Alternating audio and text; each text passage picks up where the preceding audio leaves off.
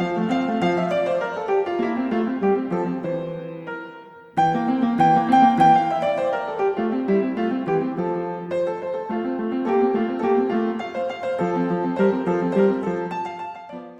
Stan Little, CEO of Surf Air Mobility and founder of Southern Airways.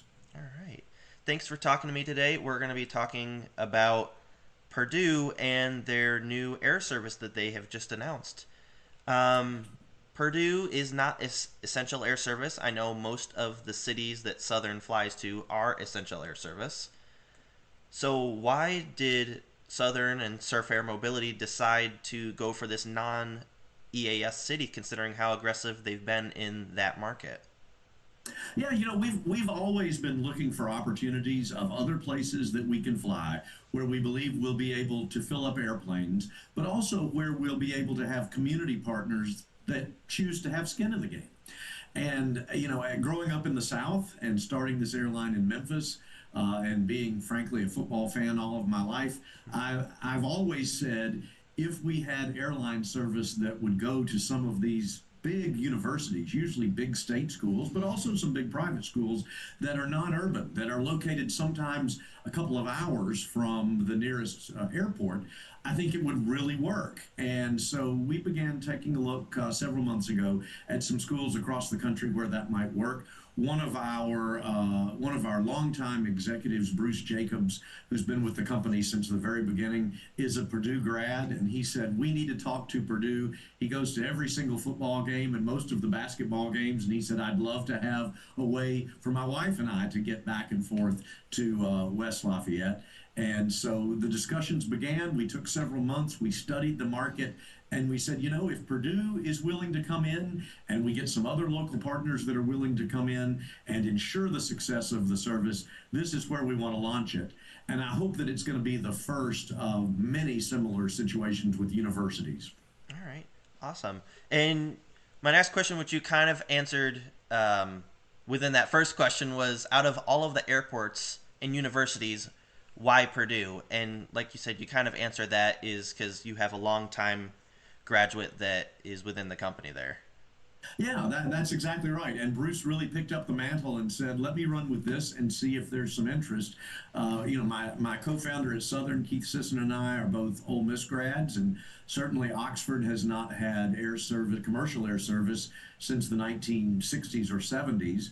And then most of the schools we would play back when we were in college, Mississippi State, Auburn, University of Alabama at Tuscaloosa. Look at the size of the University of Alabama, and yet they don't have commercial service at their airport. Look at the Georgia Bulldogs, two-time national champions in football, and you can't get to Athens unless you're on a bus. So we think there are a lot of opportunities like this across the country, and we're going to be reaching out to some of these universities, and hopefully some of them will be reaching out to us. Awesome. Let's see. Purdue is known for a lot of things, like you said, football, basketball, but they also have an aviation program. Does Southern plan on partnering with the Purdue aviation program in terms of pilot program or anything of that sort? Absolutely, and even aside from my kind of jokingly saying we went there because one of our executives is a grad, in reality it's because Purdue is the perfect launch customer for this type of service because of that aviation program. They are producing pilots, and we pride ourselves at Southern Airways as being a major producer of pilots. So I would love to be able to get some of the students that are at Purdue, maybe that fly back and forth to their homes or their parents' homes on Southern Airways, to eventually, when they graduate, come and kickstart their career at Southern Airways as a pilot. Maybe it gives them an opportunity to stay in West Lafayette a little bit longer than they otherwise would after graduation. But even beyond the pilots, Joey, they are producing the future airline executives.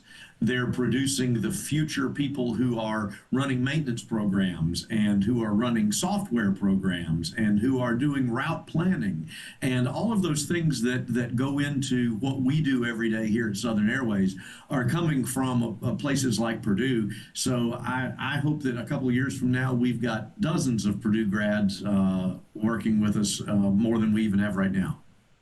Awesome. Um, so, like you mentioned, Purdue hasn't had service for a while, so they don't have that infrastructure set up that most airports do in terms of, TSA and screening and all of that. Will Purdue service be sterile, and will they have TSA, or will that start out as a non-sterile operation there? That's an excellent question. It depends on how quickly the airport is able to get TSA service there. We have seen that be fairly fast in the past. When we took over Jackson, Tennessee service last June, hasn't even been a year ago, or I'm sorry, 2 Junes ago, it has been just over a year. They were able to secure TSA, I think, in 4 or 5 months with the help of many of their legislators in Washington, D.C. We're hoping that Purdue will be able to do the same thing. We have a great gate at O'Hare. It's right in the middle of the main United Airlines terminal. So we really want to be able to get those flights from West Lafayette into our terminal at F4.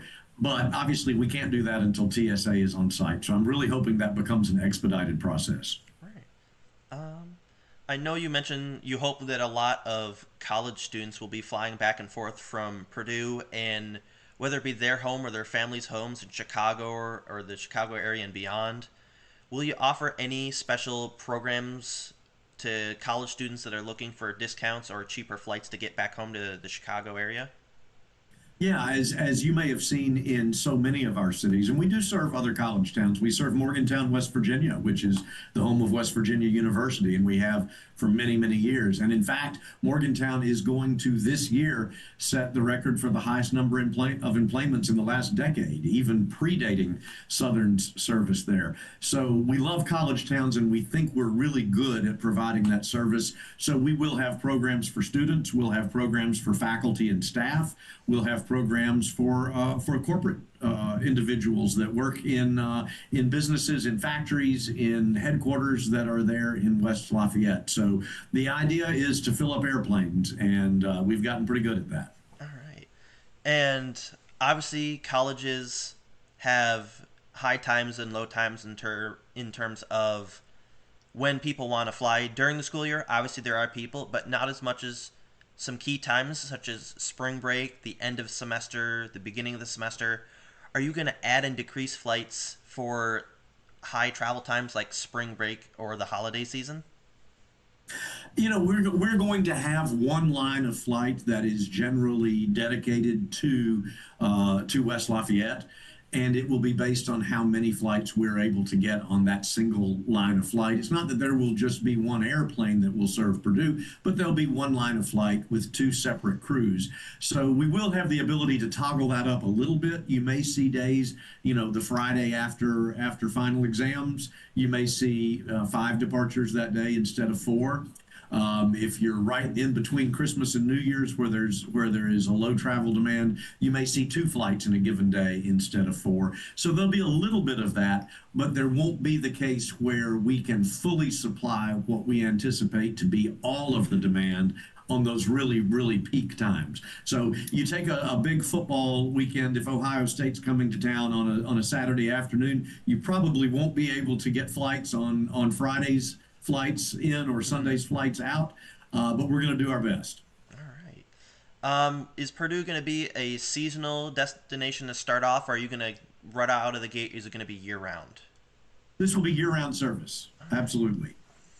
All right. I know you said Fridays generally will have a little bit more flights, but how will Yeah, those be we'll do spread out? it. We'll do scheduling similar to what we do in a lot of our other cities.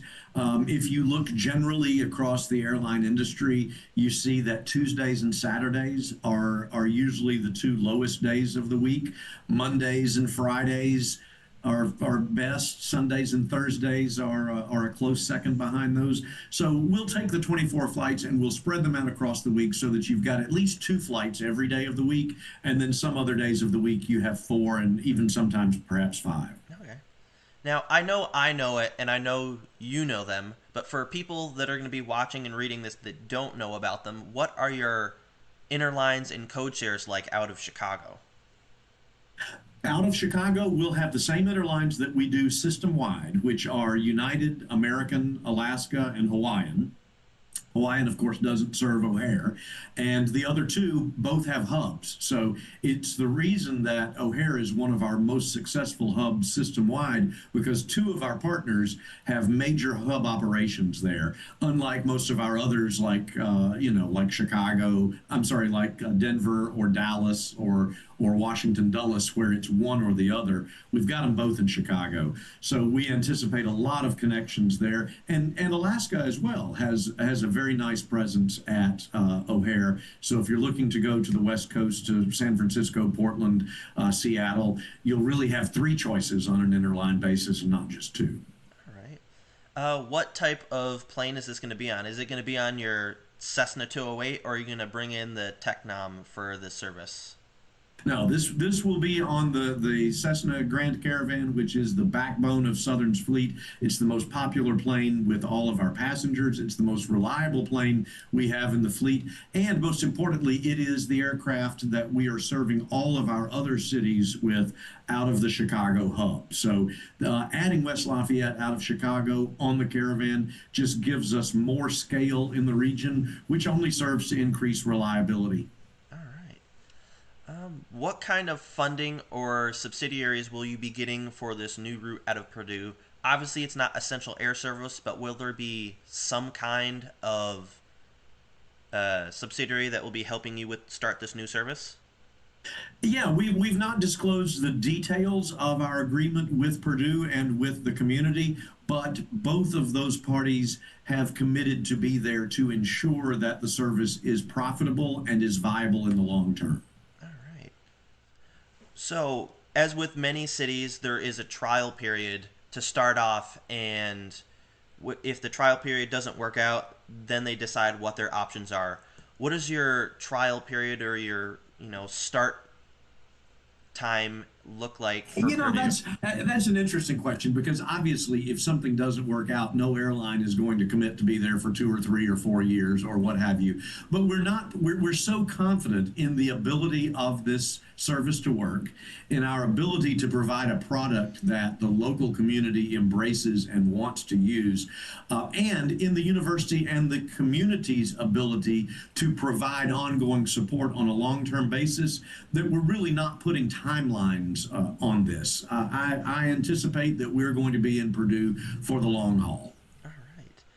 And given that you're going to be there for the long haul, I know Purdue has mentioned that they're going to be increasing the capacity of their terminal there. They're going to be adding an 8,000 square foot facility that's going to be near the existing terminal, and they're going to be trying to think of the word here, not restructuring. They're going to be rehabilitating, I guess, their current runway. How will that affect your operations there, if at all? We don't foresee any bad effects from that. In fact, we're very excited with what they're doing in improving the airport, and we think that just overall lends to the narrative that we're trying to convey, which is it's a new day at West Lafayette, at Purdue Airport, and at the university because this is going to make such a seamless experience. If you've got somebody that's going to come and give a speech at the university and they're coming from London, guess what? It's now a one-stop service, and you don't ever have to leave the airport until you leave the airport at your destination. And that's such a transformative thing, not just for Purdue, but someday for other universities that are non-urban that need that kind of connectivity to the world. All right. I know you mentioned there are a couple other universities and colleges on your radar, including the colleges in university towns that you already serve. If Purdue continues to do as well as you hope it will, what is the timeline for when you think you would open up new non-urban college town airports? We began deliveries from Textron of our order of 100 brand new Caravans in April of 2024, so this coming spring. Right now, the limiting factor in Southern's and Surf Air's expansion is we just don't have enough airplanes, and there are not enough airplanes on the worldwide market to go out and buy them. So we need planes straight from the factory to make that work. Those planes will begin delivery in April. It's no coincidence that our service at Purdue is scheduled to begin shortly after that. We also are going to be sending some of these new planes to our existing cities to improve reliability in those areas.